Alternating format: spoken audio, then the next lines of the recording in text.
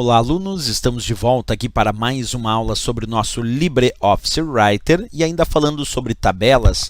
Agora nós vamos aprender um pouco sobre converter texto em tabela e também a possibilidade de converter a tabela em texto. Acompanha comigo no passo a passo usando o LibreOffice Writer para trabalhar com as tabelas na conversão de um texto numa tabela ou de uma tabela em texto. Mas vamos lá, acompanha. Aqui eu tenho a imagem do meu LibreOffice Writer.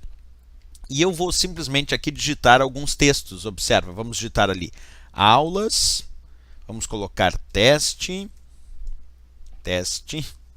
e vamos colocar curso. Mais uma palavrinha ali, vamos colocar mouse. Então agora eu tenho 4 palavras digitadas ali no meu texto, cada uma num parágrafo diferente.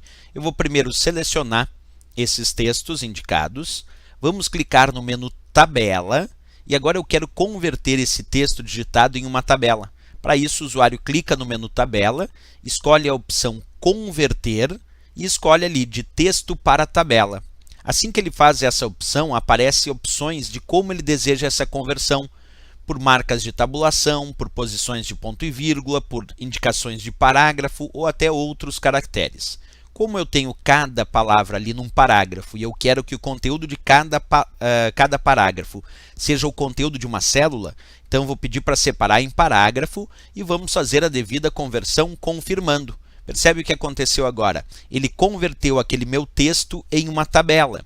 Porque essa é a ideia. Se eu tenho um determinado texto, uma das opções é justamente converter este texto em tabela. Agora, é possível realizar o oposto também. Nós podemos agora selecionar essa tabela e converter essa tabela em texto. E o caminho é bem similar. Clicamos lá, depois de selecionar o menu tabela, escolhemos a opção converter novamente e agora converter de tabela para texto. Quando eu clico em converter de tabela para texto, ele também faz as devidas perguntas, se é por tabulação, se é por ponto e vírgula, parágrafo ou outro caractere. Eu vou escolher por parágrafo e vamos confirmar a conversão.